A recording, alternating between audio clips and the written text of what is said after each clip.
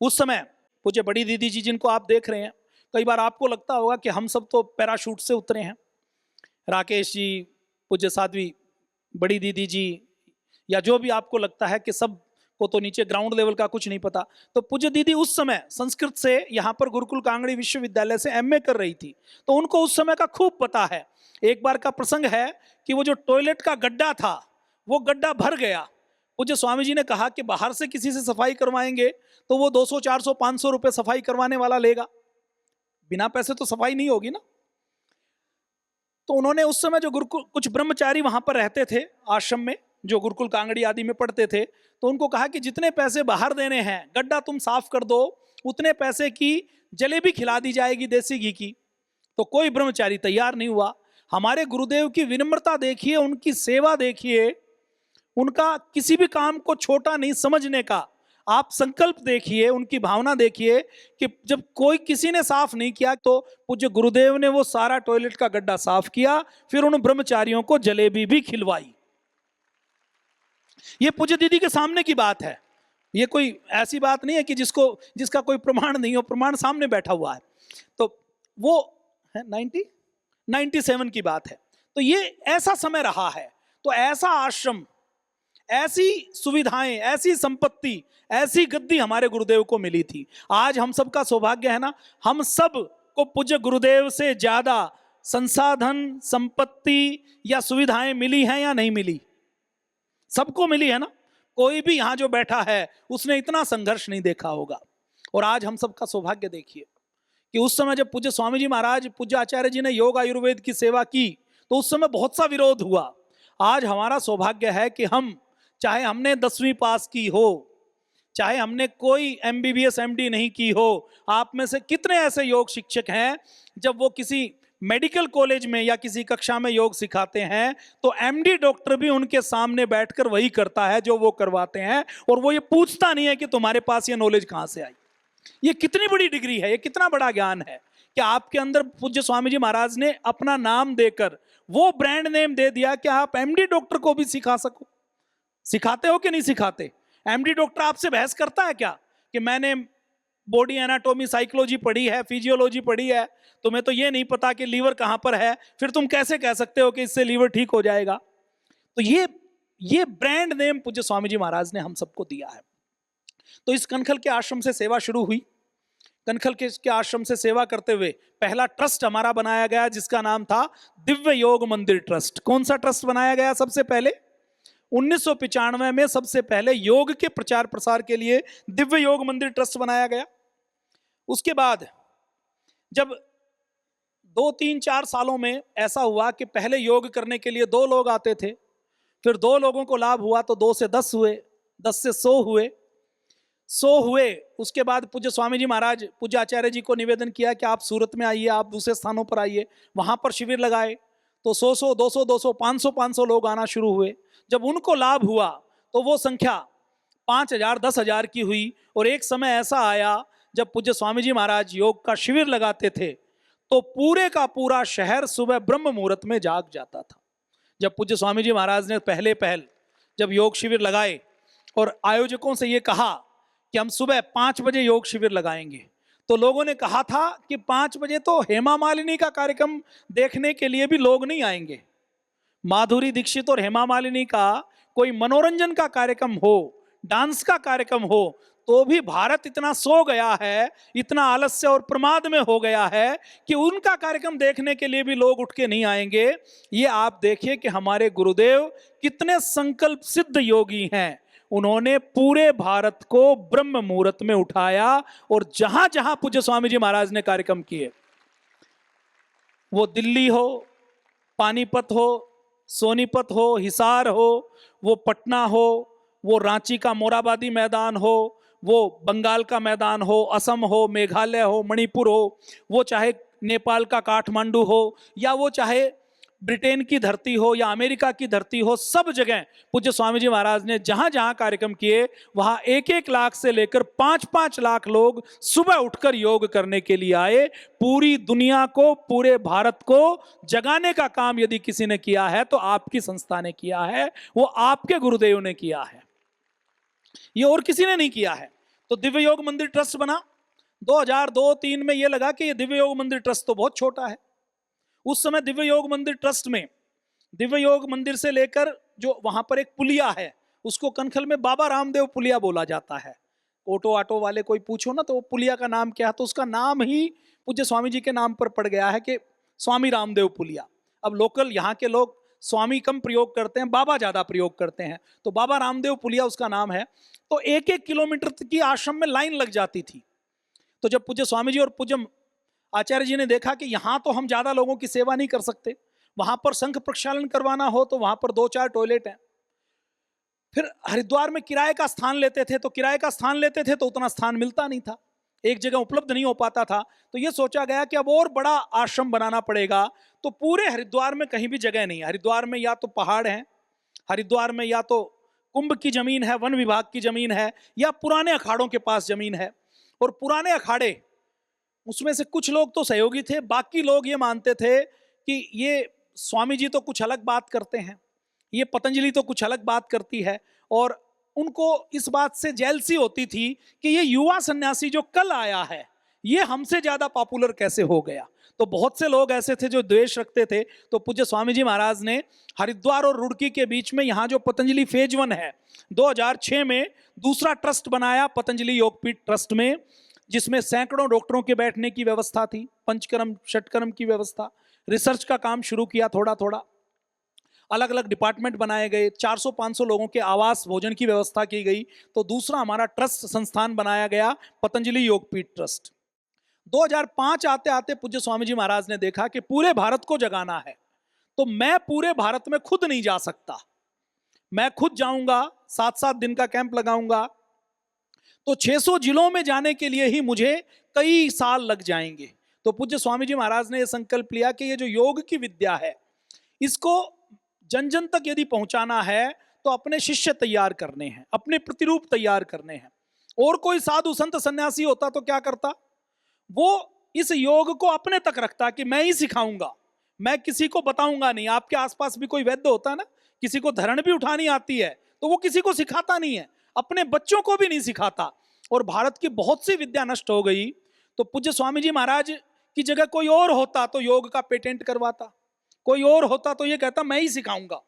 लेकिन पूज्य स्वामी जी महाराज ने ये चिंतन किया कि ये योग का ज्ञान मुझे सबको देना है, तो इसलिए बहुत से अपने प्रतिरूप तैयार करने पड़ेंगे, बहुत से ऐसे स्वामी रामदेव तैयार करने पड़ेंगे जो एक एक गांव में, एक एक जिले में हों और जो घर घर योग का प्रचार प्रसार करें।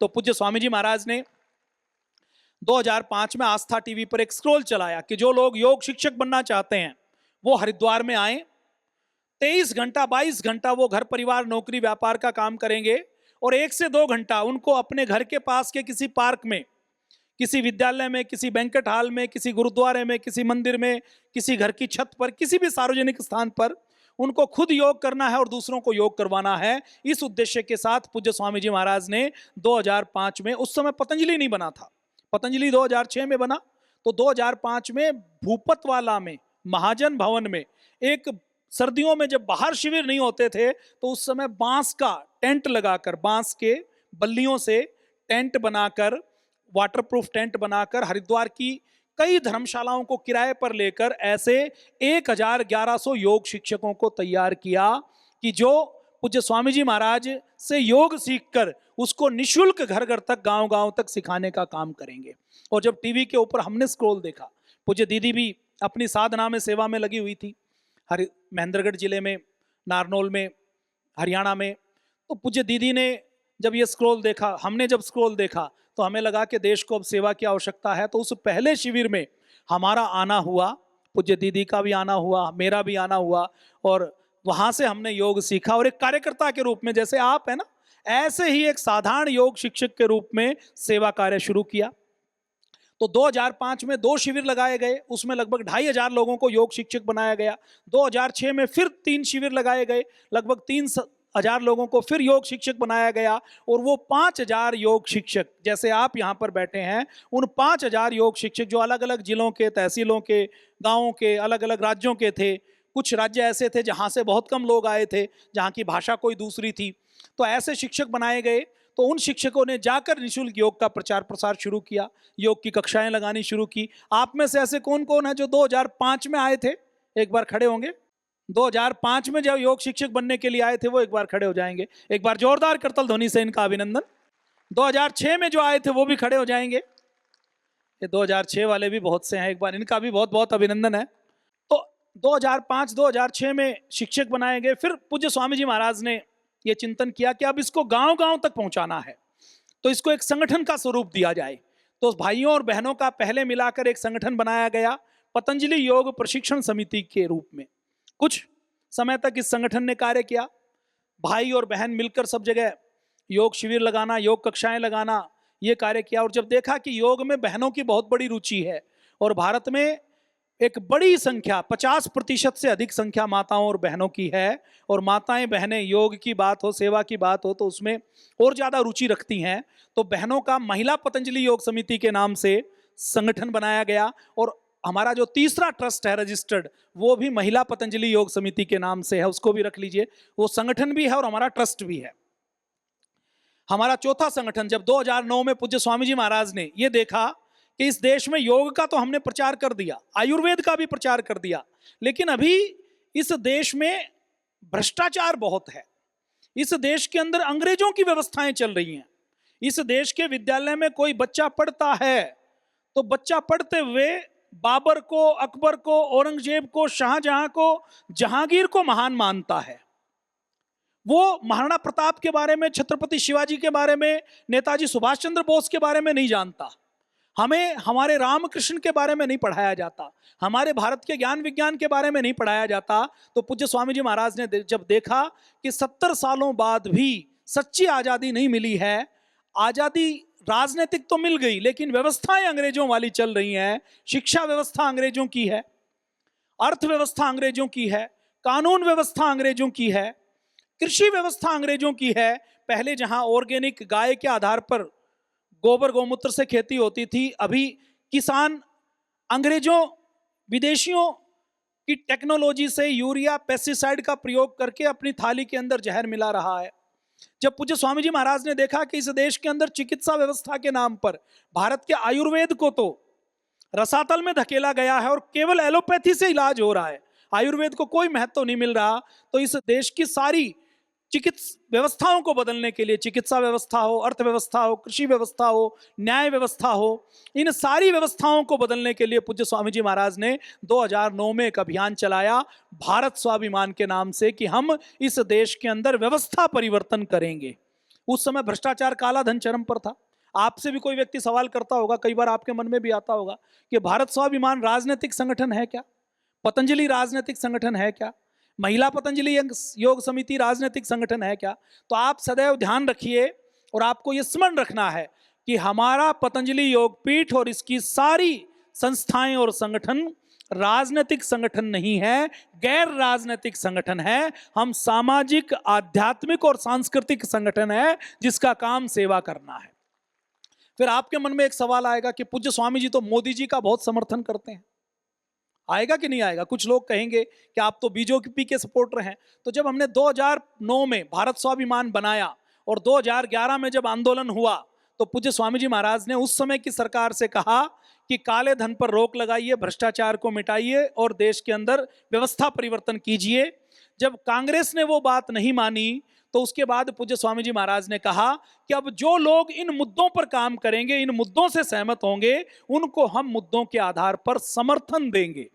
तो अभी हमारा मुद्दों के आधार पर माननीय प्रधानमंत्री नरेंद्र मोदी जी को पूज्य स्वामी जी महाराज ने इसी मंच से मुद्दों के आधार पर प्रधानमंत्री के लिए समर्थन दिया, आशीर्वाद दिया। यहीं से पहली घोषणा हुई और ये हमारे लिए गर्व गौरव की बात है कि आज जो भारत का मान सम्मान पूरी दुनिया में बढ़ रहा है, भारत में एक राष्ट्रवादी सरकार है, भारत में एक सनातनी सरकार है, भारत में यदि कश्मीर में धारा 370 हटी है, भारत में यदि राम मंदिर बना है, भारत में यदि मंत्रिमंडल का भ्रष्टाचार रुका है, भारत में यदि अंतर्राष्ट्रीय योग दिवस मनाकर पूरी दुनिया में योग पहुंचाया गया है, तो इस सारे परिवर्तन के पीछे आपकी संस्था का बहुत बड़ा योगदान है। तो हम क्या हैं? हम गैर राजनीतिक संस्था हैं। क्या है? गैर राजनीतिक संस्थाएं। लेकिन राष्ट्र हित में हम मतदान करते हैं, और राष्ट्र हित में मतदान करते हुए हम जाति को, वर्ग को, मत को, पंथ को नहीं देखते, किसी लोभ लालच से मतदान नहीं करते। हम मतदान ये सोचकर करते हैं जिससे देश का विकास हो, जिससे हमारा देश आगे बढ़े, इस बड़े स्वरूप में हम मतदान करते हैं। तो भारत स्वामी पतंजलि योग पीठ परिवार की जितनी भी संस्थाएं हैं वो राजनीतिक हैं या गैर राजनीतिक?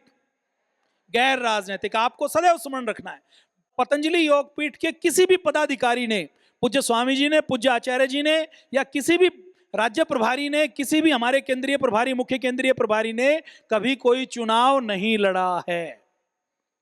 हम गैर राजनीतिक संस्था है, राजनीतिक संस्था नहीं है, केवल मुद्दों के आधार पर समर्थन देते हैं। तो बहुत से लोग आपसे सवाल करेंगे ना, तो आपको यह उत्तर आप दे सकें। तो भारत स्वाभिमान ट्रस्ट बनाया गया 5 जनवरी 2009 को। उसके बाद जब पूज्य स्वामी जी महाराज ने देखा कि इस योग आयुर्वेद को पूरी दुनिया में पहुंचाना है, तो योग आयुर्वेद के ऊपर रिसर्च करनी पड़ेगी। तो पूज्य स्वामी जी महाराज और पूज्य आचार्य जी ने पतंजलि रिसर्च फाउंडेशन के नाम से एक ट्रस्ट बनाया, जिसके अंदर 500 से अधिक वैज्ञानिक काम करते हैं, और जिसने अब तक 5000 से अधिक रिसर्च प्रोटोकॉल पर 500 से अधिक रिसर्च पेपर पूरी दुनिया के विश्व स्तरीय मेडिकल की जो पत्रिकाएं होती हैं, जर्नल्स होते हैं, उनके अंदर पब्लिश करवाने का काम किया है। ये केवल योग आयुर्वेद के ऊपर आपकी संस्था ने किया है, और ये बहुत बड़ा काम है। ये इतना बड़ा काम है जिसको आज तक कोई सरकारें नहीं कर पाई, वो काम पतंजलि योगपीठ ने किया है। अगला ट्रस्ट है पतंजलि ग्रामोद्योग ट्रस्ट। हमारा पतंजलि ग्रामोद्योग ट्रस्ट 80% गांवों में रहता है। गौ रक्षा करना, कुदरती खेती करना, देसी बीजों का रखरखाव करना, इन सारी चीजों के रिसर्च के ऊपर पतंजलि ग्रामोद्योग ट्रस्ट बनाया गया है। अब पतंजलि का दर्शन कितना गहरा है आप सोचिए। गौरक्षा की जब बात होगी तो सामान्य व्यक्ति बात करेगा कि गौशाला खोलो, करेगा या नहीं करेगा? अब गौशाला खोलना तात्कालिक उपचार है, इमरजेंसी उपचार है। गौशाला खोलने से गाय का संवर्धन नहीं हो सकता, केवल संरक्षण हो सकता है। और गाय तब बचेगी जब गाय का संवर्धन होगा। गाय तब बचेगी जब गाय को किसान अपने घर में रखेगा। गौशाला के अंदर गाय की रक्षा नहीं हो सकती, गाय का संवर्धन नहीं हो सकता। तो पतंजलि का विजन कैसा है? देखिए, आपकी संस्था कोई धार्मिक, धर्म के नाम पर ढोंग आडंबर पाखंड वाली संस्था नहीं है।